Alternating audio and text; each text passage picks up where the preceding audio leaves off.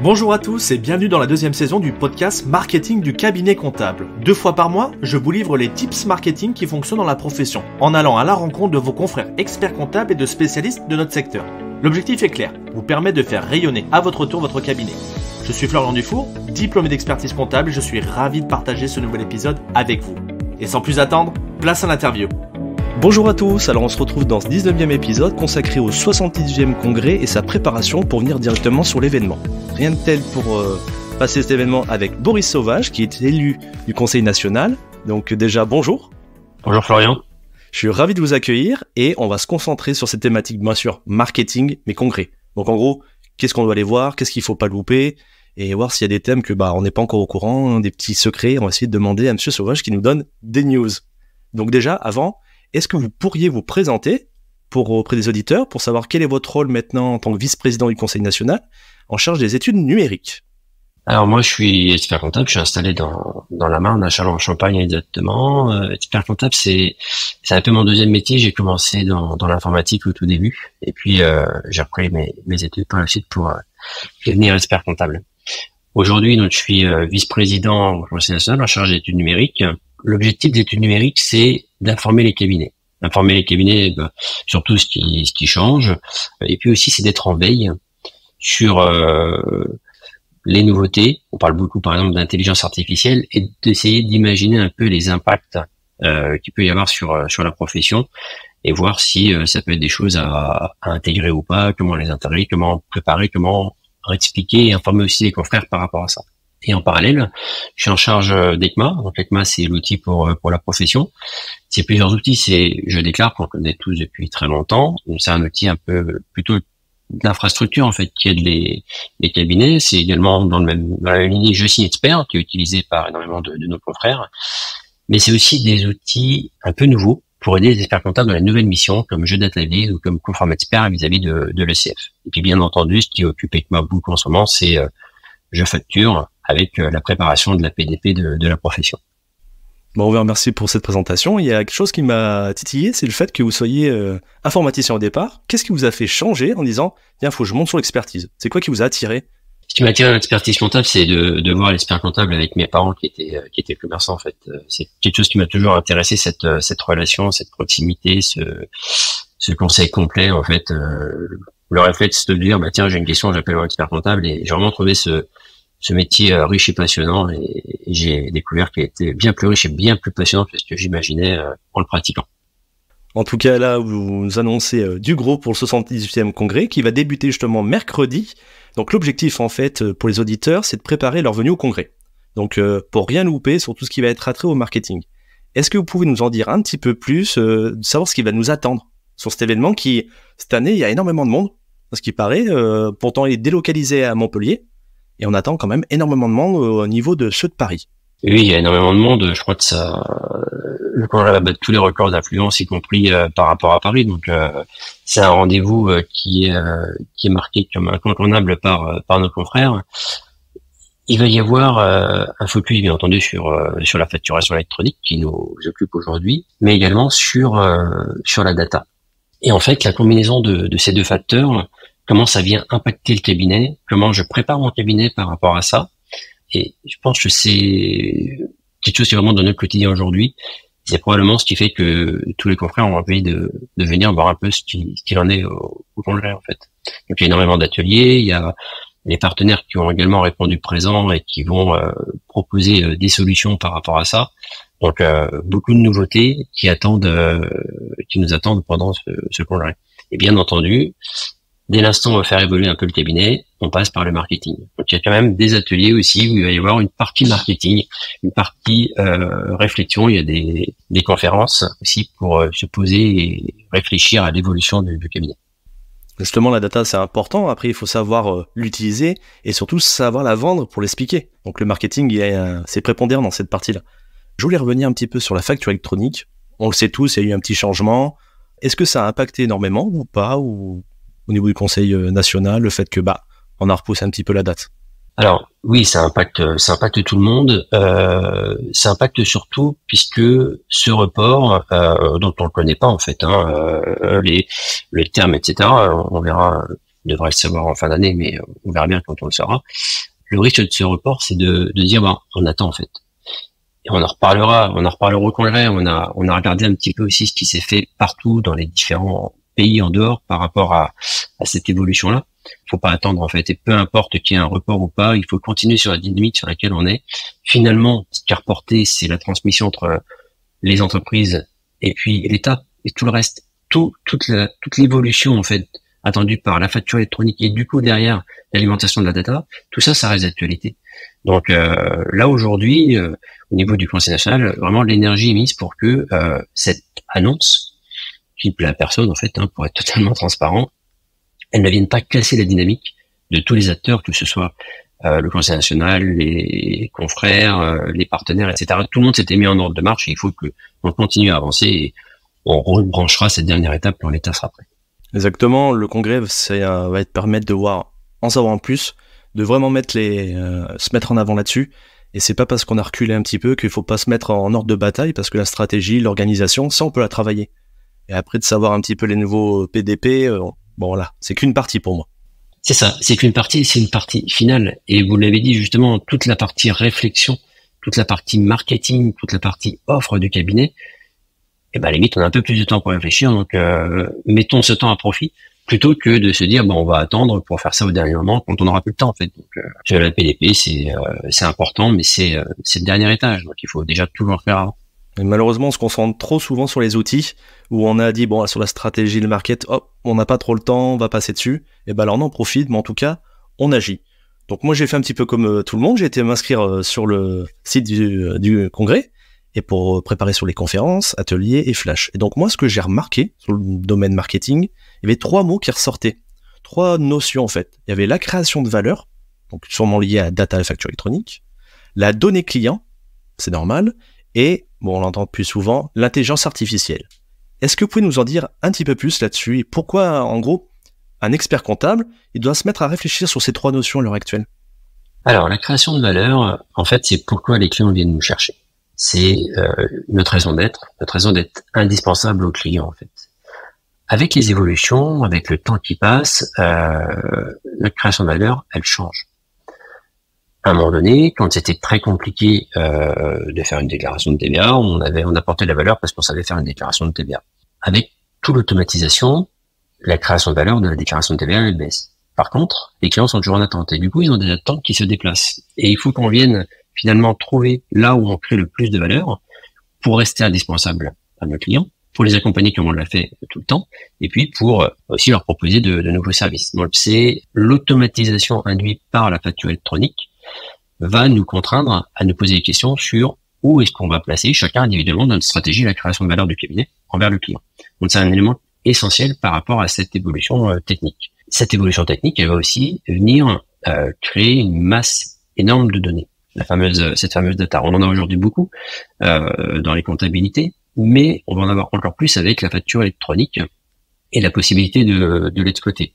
Ça va nous donner des nouvelles opportunités, des nouvelles missions, des nouvelles occasions aussi de créer de la valeur, mais c'est un sujet qui est complexe à proposer aux confrères parce qu'il n'y a pas d'obligation en fait. Et les confrères sont attachés au respect des obligations, au respect des échéances. Et la difficulté de la facture électronique, c'est qu'elle occupe un petit peu tout le paysage parce que il y avait une date obligatoire. Le fait de reporter cette date, finalement, on fait évoluer le cabinet et on peut y intégrer aussi la composante data qu'on n'aurait peut-être pas pris le temps d'utiliser par rapport aux dates. Donc, il faut aussi se servir finalement de ce temps pour imaginer ce que l'on va faire avec cette donnée. Cette donnée, si importante, elle crée la possibilité d'alimenter l'intelligence artificielle et on en parle beaucoup aujourd'hui. Et l'intelligence artificielle, on doit finalement s'y intéresser. On peut se poser la question, est-ce qu'elle va me remplacer? Est-ce qu'elle va me faire gagner du temps? L'intelligence artificielle, c'est un outil. On entend beaucoup parler de ChatGPT, mais qui est finalement peut-être le premier qui est aussi connu. Les autres vont suivre par la suite, mais on voit qu'il y a un champ des possibles qui est assez immense. C'est un outil qu'on va pouvoir maîtriser, en tout cas c'est mon sentiment, maîtriser cet outil d'intelligence artificielle pour lui confier des tâches que j'ai pas forcément envie de faire, que mes équipes n'ont pas forcément envie de faire, pour finalement libérer du temps, repasser du temps avec le client et venir reboucler sur cette fameuse création de valeur. Donc ces trois thèmes c'est un cercle vertueux pour le développement des cabinets comptables.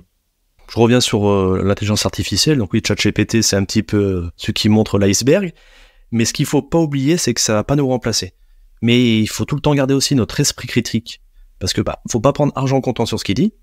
Mais par contre, il va nous permettre, voilà, sur des tâches un peu récurrentes et qui nous plaisent pas, de nous aider et un peu de les enlever. Ça, c'est important. Exactement. En fait, ça ne remplacera pas parce que quand on creuse un petit peu pour voir comment ça fonctionne, on voit que c'est derrière des modèles mathématiques et qui ont une capacité à reproduire ce qui s'est passé. Ce qu'on n'a pas, en fait. Des fois, on voit des clients et puis on imagine des trucs qu'on n'avait jamais proposés avant. Donc, et ça, l'intelligence artificielle, c'est plus compliqué aujourd'hui dans le schéma qu'il y a. Donc, c'est en effet un outil qui va venir nous soulager, mais qui va pas nous remplacer et qu'il faut apprendre à utiliser, en fait. Et après, sur la partie création de valeur, il va falloir montrer aussi à nos clients qu'est-ce qu'on va pouvoir y gagner.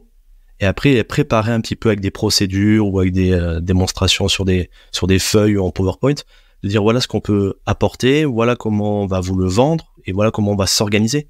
C'est un petit peu, vous allez me dire, est-ce qu'on a un moment, je pense, où ça va changer le cabinet, la façon de le travailler, de revoir aussi sur notre tarification, sur toutes nos actions et de se dire voilà, on va aller vers des missions pas réglementées, des missions où il va falloir peut-être pas prendre des risques, mais se positionner. Ça fait beaucoup, voilà, ça fait peur. Qu'est-ce que vous allez pouvoir me dire pour me dire allez, on y va, il faut pas avoir peur? Alors, je pense pas que ça fait peur, ça change, mais c'est aussi finalement plutôt une libération.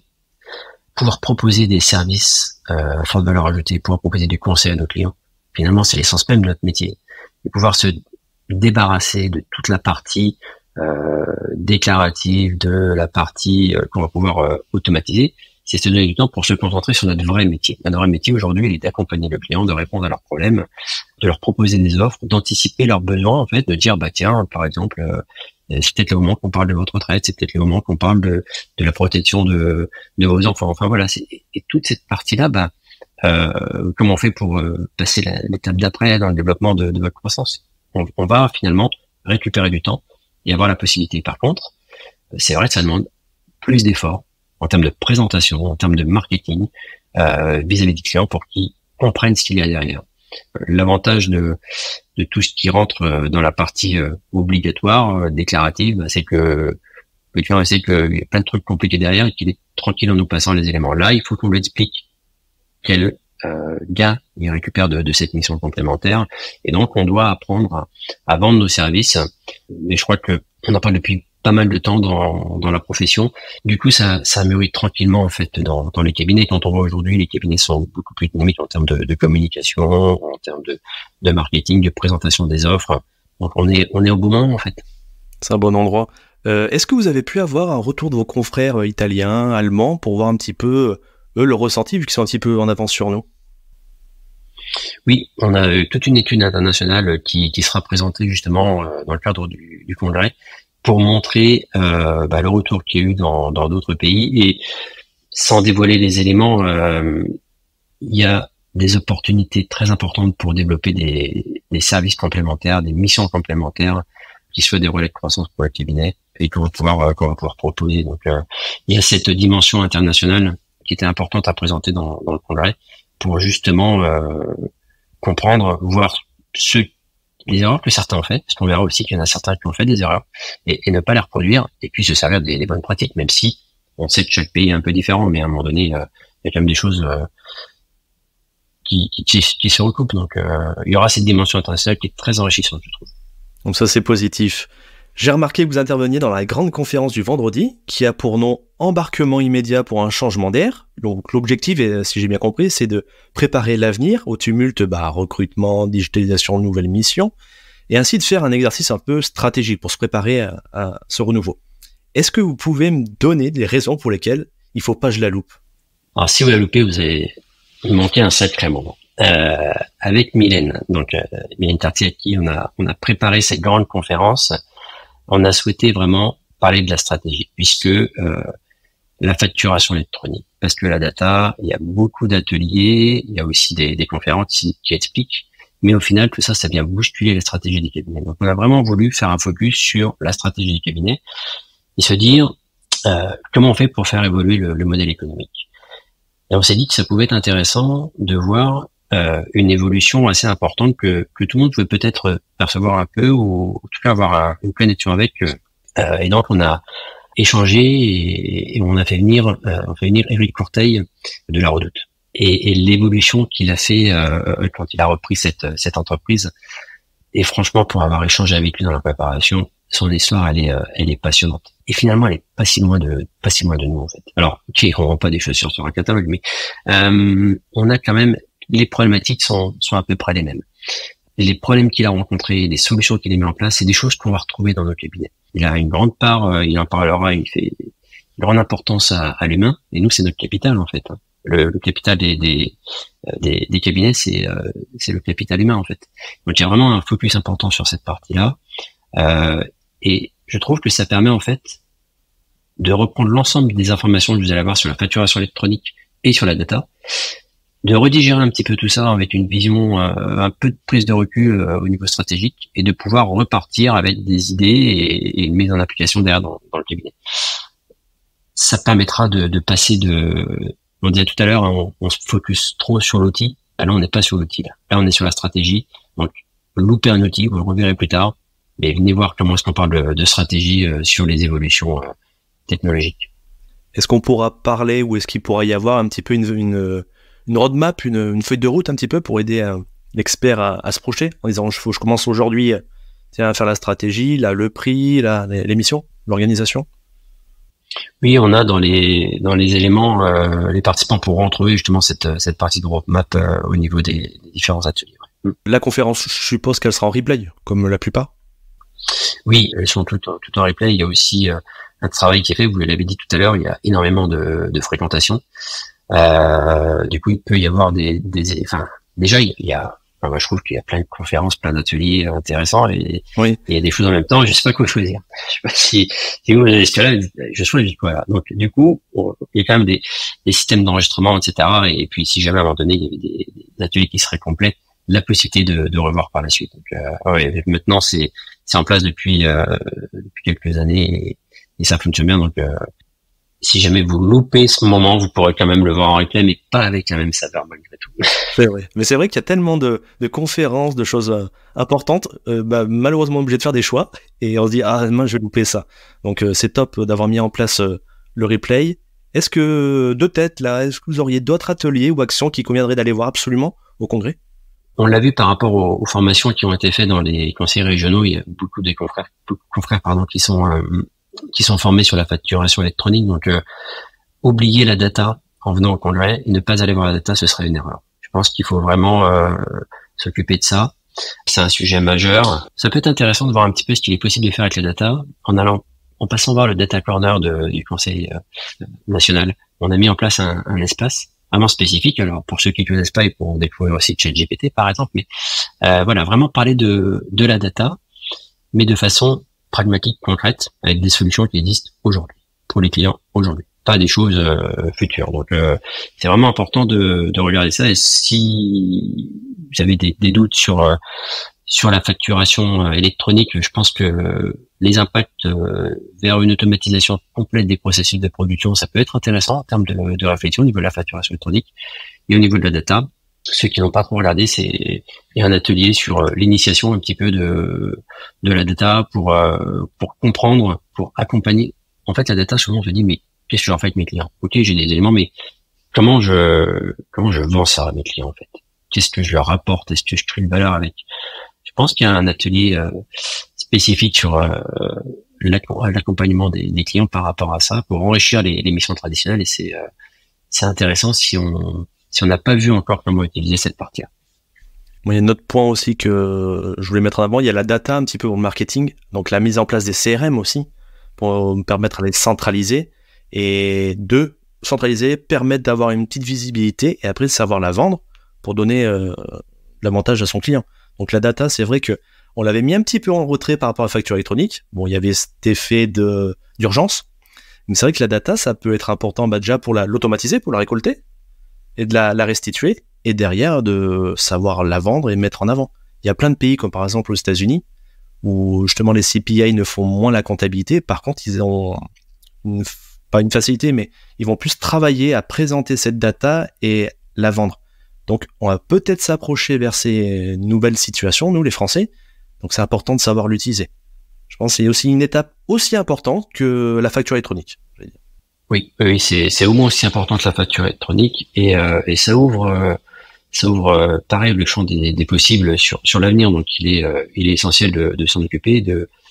Si on n'a pas imaginé comment on pouvait l'intégrer dans ses missions, etc., avec les clients, comment on pouvait la restituer, de voir un petit peu ce qui se fait, de comprendre ceux qui ont un petit peu exploré ces premiers terrains, pour justement pouvoir trouver des idées et puis mettre en place aussi de son côté. Donc non, c'est vraiment très important d'actualité du coup de ce point-là aussi. Ouais.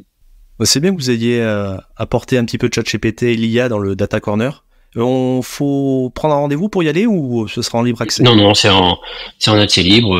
Il y a des postes en libre service, il y a des personnes dessus, et puis vous verrez qu'on a même un autre un peu innovant qui vous attendra à la fois sur le Data Corner et puis sur l'espace dédié à la facture électronique. On a un deuxième corner sur IFAC Expert aussi. Vous verrez que il y a des choses qui commencent à être possibles qui étaient il y a pas si longtemps de ça dans la science-fiction en fait. Donc il faudra y aller, hein, n'oubliez pas. Est-ce que ça vous a fait peur quand vous avez entendu parler du coup de ChatGPT, l'intelligence artificielle, en se disant oula, va falloir que je revoie tout mon cabinet, les prix vont me remplacer? Ou est-ce que vous vous dites bon non, faut être rationnel, on en a travaillé, on vient nous chercher pour notre contact humain, le fait qu'on soit le bras droit du dirigeant, mais plutôt en le voyant, il va venir m'aider, comment je peux l'exploiter? Je suis plutôt positif, donc là moi j'étais plutôt sur le deuxième acte, je me suis dit mais qu'est-ce que je vais où est-ce que je liste tout ce que je peux lui faire pour retrouver du temps et le passer avec mes clients. Je pense qu'à un moment donné, ces outils, parce que ChatGPT, on a aussi, on n'en parlera pas après parce qu'on peut parler de tout, mais aussi tout ce qui est robots applicatifs, les RPA, tout ça c'est des outils concrets aujourd'hui qui nous permettent de nous décharger en fait. Pas de décharger, qui permettent de décharger les équipes, parce que il y a aussi un point important, c'est que on manque de ressources dans la profession aussi, donc tous ces automatismes, moi je les vois à chaque fois plutôt comme des opportunités, et le fait de se dire chouette, encore un truc de moins qu'on va pouvoir faire, et puis se concentrer sur notre métier d'accompagnement. Donc je l'ai testé parce que j'aime bien ça en fait, hein, ça m'a fait plaisir, donc voilà, faut savoir se faire plaisir, et aussi pour imaginer ce que l'on peut faire, ou ce que ça pouvait aussi apporter aux équipes, et montrer un petit peu aux équipes, tenez, vous allez pouvoir l'utiliser dans tel cas, pour pouvoir vous aider. Ça remplace pas. C'est pas, on prend pas ce qui est dedans pour faire un copier-coller, mais en tout cas, ça peut aider, ça peut soulager. Voilà. Donc, faut aller voir sur les différentes conférences. Il y en a une justement qui le présente, donc faut pas hésiter à y aller pour se faire une idée. Vous venez de parler à l'instant de les collaborateurs. On voit qu'il en manque, il y a des petits soucis là-dessus. Et vous avez travaillé, il y a une conférence dessus, sur les marques employeurs. Ça fait partie du marketing aussi. Marque employeur, c'est comme si on se vendait auprès d'un client, et maintenant on va se mettre en avant auprès des collaborateurs. Ça vous tient à cœur, j'ai l'impression, et puis de toute façon, faut bien aider dans ce moment où la profession a des difficultés. Oui, alors, après, il faut quand même savoir que dans la prof, alors, on a des problématiques de recrutement, mais comme dans tous les métiers, mais l'effectif, en fait, de la profession, quand on regarde l'étude de l'Omeka, c'est plus 15%, en fait. En moyenne, depuis plusieurs années. Donc, en fait, on est un métier qui plaît. On n'est pas non plus un métier qui a une mauvaise image auprès des jeunes. Par contre, on est glouton, en fait. 15% d'effectifs en plus, et il y en a encore pas assez. Notre problème, il est que on développe nos cabinets, on les oriente sur des nouvelles missions, et du coup, on a besoin de plus de ressources dans les équipes qu'il y en a qui est disponible, mais on est malgré tout un métier qui plaît, puisque quand on a 15% de plus dans les études de métier, c'est quand même que l'on plaît. On n'est pas sur des métiers où la population se rétrécit, au contraire. Mais il y a besoin de toujours plus. La marque employeur, c'est un outil pour chaque cabinet. C'est du marketing en fait vis-à-vis du recrutement, de dire ok, vous savez pas éventuellement quel métier choisir, vous ne savez pas quel cabinet choisir, voilà ce que vous allez trouver chez moi. Comme on le fait en fait avec les clients. Pour moi, c'est aussi important parce que on voit, et notamment depuis l'après-Covid, qu'il y a pas mal de gens qui veulent changer de métier, qui veulent Et c'est une opportunité en fait. On peut ouvrir des opportunités, apporter des changements de vie, des changements de métier à des personnes qui sont dans d'autres professions. Et du coup, la marque employeur permet aussi de pouvoir dire, bah tiens, voilà ce qui se passe dans les cabinets. Et s'il y a plusieurs cabinets, bah justement, ça permettra de donner de l'image de la profession en fait, une image collective. L'image, elle se fait aussi par l'image des cabinets. Donc, c'est pour ça que c'est important cette marque employeur et qu'elle permet en fait, au-delà de permettre à chaque cabinet d'attirer les meilleurs talents, c'est aussi collectivement d'attirer encore plus de personnes dans notre profession. Et c'est très bien ce que vous avez mis en avant, le fait qu'il y avait l'étude de Omeka. On a souvent dit que c'est un métier qui plaît pas, mais en fait, c'est qu'en fait, on n'arrive pas à absorber le flux vu qu'on grandit. C'est ça. Alors alors je me projette un peu, hein. C'est peut-être des bêtises que je veux dire, mais peut-être l'intelligence artificielle, les outils vont peut-être nous aider à prendre une petite partie. L'autre côté, pour se concentrer auprès de nos clients, pour faire des meilleures missions, qui vont peut-être plus plaire aussi à nos futurs salariés. Donc, c'est un peu un cercle vertueux. Moi, je le vois comme ça. Ouais, je suis d'accord avec vous, c'est un cercle vertueux. C'est-à-dire qu'à un moment donné, on va avoir l'intelligence artificielle, différentes évolutions technologiques, la facturation électronique, qui vont automatiser des tâches, libérer du temps à des équipes. Si jamais on n'a pas assez de monde, bah, si on gagne un peu de temps sur les équipes, c'est comme si on avait réussi à recruter quelqu'un, donc quelqu'un qui est fait immédiat. C'est aussi orienter les équipes sur des missions différentes en fonction de leurs appétences.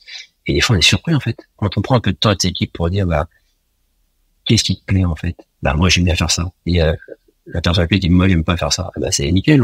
On échange et puis chacun fait ce qui lui plaît et tout le monde est heureux de venir tous les matins et d'avoir finalement une image aussi qui va changer et puis, bah, je pense qu'aujourd'hui, si on n'est pas capable d'intégrer des outils comme ChatGPT finalement dans notre quotidien, sur les générations qui vont arriver demain, ça peut être compliqué en fait, puisque ce sera les outils de demain. C'est comme si 10 ans on disait je vais pas internet au cabinet quoi en fait.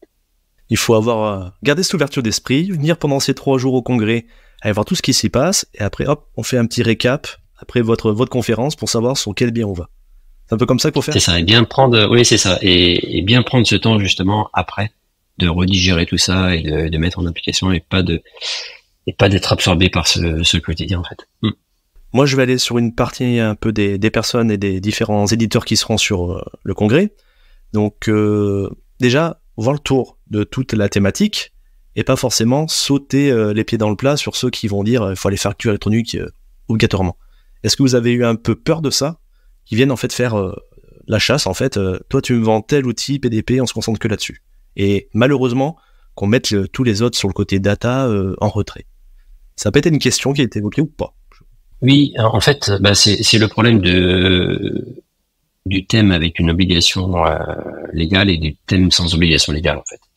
Les experts comptables ont à cœur de respecter cette partie des obligations, à faire que leurs clients réussissent et donc du coup peuvent peut-être se concentrer un peu trop sur cette partie-là et mettre le reste de côté. Et c'était normal en fait puisque les journées sont des fois un peu trop courtes, donc on fait ce qu'on y place, ce qu'on arrive à y placer.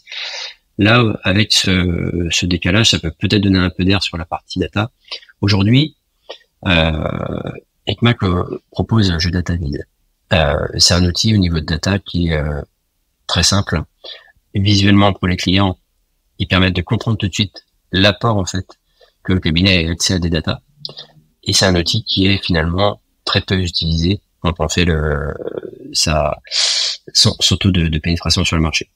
Il faut absolument regarder ce type d'outil, puisqu'aujourd'hui, c'est une illustration concrète de la data et des choses faciles à mettre en œuvre en fait. Et c'est pas quelque chose qui va finalement mettre en place cet outil-là ou le confier à quelqu'un au sein de l'équipe. Ça ne veut pas dire décaler en fait la facture électronique. C'est simplement apporter encore quelque chose en plus et d'expliquer finalement au client, bah ok, il y a une contrainte, mais de cette contrainte-là, on en a sorti des opportunités pour vous apporter des informations complémentaires. Et avec cet outil-là que moi j'utilise assez fréquemment, quand quelqu'un me dit mais comment ça va mes confrères etc autour, j'ai l'impression que moi c'est un peu dur en ce moment ou finalement moi ça va. Et on a les informations en fait, on a les réponses par rapport à ça. Donc ça c'est essentiel en fait.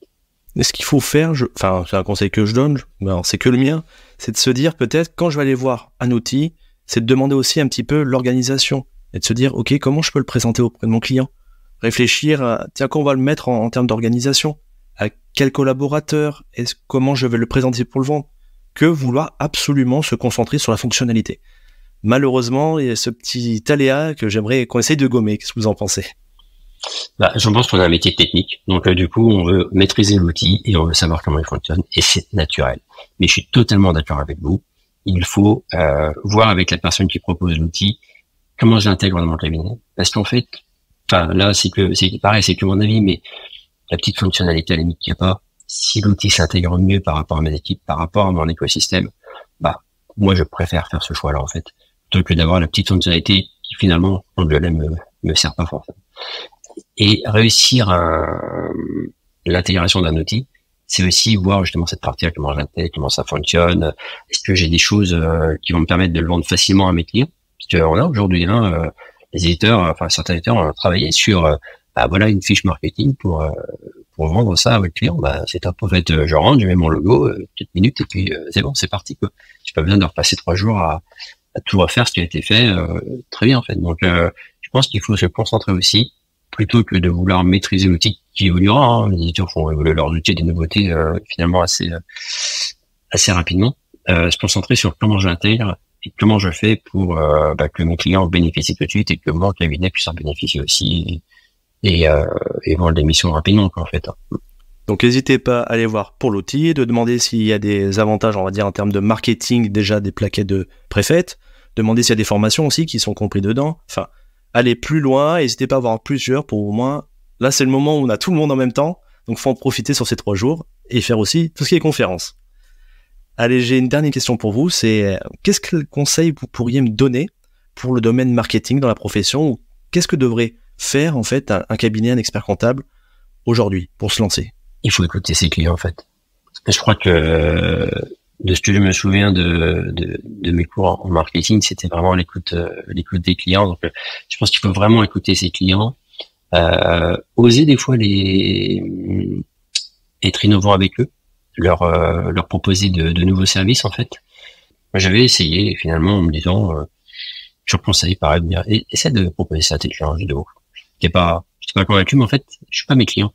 Donc, il faut écouter ses clients, et ça avait bien marché, en fait. Donc, c'est vraiment c'est cette partie d'écouter, d'être proactif avec eux, puisqu'ils n'ont pas forcément toujours cette vision de tout ce qui est possible qu'on va pouvoir découvrir, par exemple, pendant ce congrès, et de tester justement avec eux. Des fois, on est surpris du taux de retour, des choses qui fonctionnent pas, qu'on pensait qu'ils fonctionneraient, des choses qui fonctionnent alors qu'on n'y croyait pas trop. Donc, vraiment cette partie-là.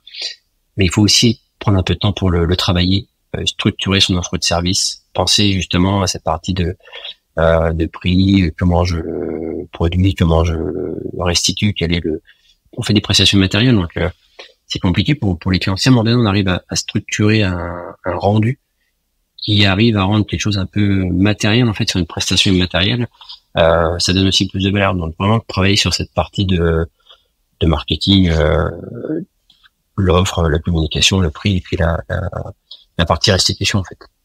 Après, il faut pas hésiter à aller voir aussi d'autres secteurs pour se rendre compte qu'il y a des manières peut-être différentes. Ça va peut-être faire un champ des possibles, une ouverture. On voit par exemple avec les avocats ou des architectes qui ont peut-être une manière de faire.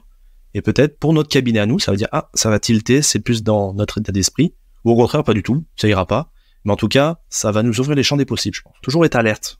Oui, c'est ça, toujours être en veille à être ou des fois s'autoriser, alors en fonction de la taille du cabinet, mais soit sur une embauche un peu d'un profil un peu différent, en fait, qui connaissent pas forcément le monde et qui va apporter ce qu'il connaît dans notre monde, ou des fois quand on peut pas, on n'a pas forcément le volume pour une personne à embaucher, mais d'avoir des stages, sur des stages en marketing, un stage en communication, proposer d'avoir un petit peu faire venir ces stagiaires qui ont des formations, des réflexes différents des nôtres, et qui peuvent aussi apporter de bonnes idées et nous faire évoluer et nous donner des idées un peu nouvelles, en fait.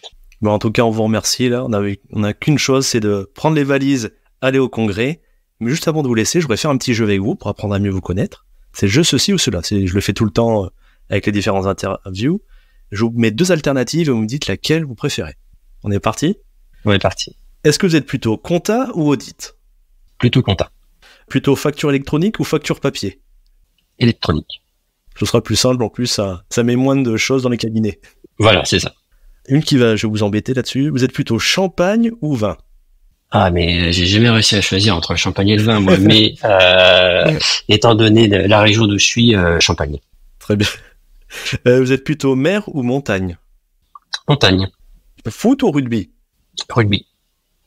Et la dernière, vous préférez LinkedIn ou Twitter? LinkedIn. Bah top. Du coup, on en connaît un petit peu mieux. Donc si on veut venir vous boire un peu plus de champagne que de vin, alors du coup. C'est ça, mais j'accepte aussi de boire du vin avec un grand plaisir. Donc il n'y a aucun souci, vous inquiétez pas là-dessus.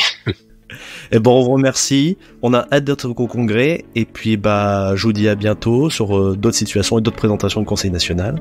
Et en attendant, les auditeurs, on vous dit à bientôt. Au revoir. À bientôt, au revoir. Avant de se quitter, je vous invite à laisser un avis 5 étoiles sur votre plateforme d'écoute préférée et parler du podcast à vos confrères. J'en profite pour remercier mes partenaires qui, grâce à eux, me permettent de vous partager encore plus de contenu chaque mois. Merci, rendez-vous au prochain épisode.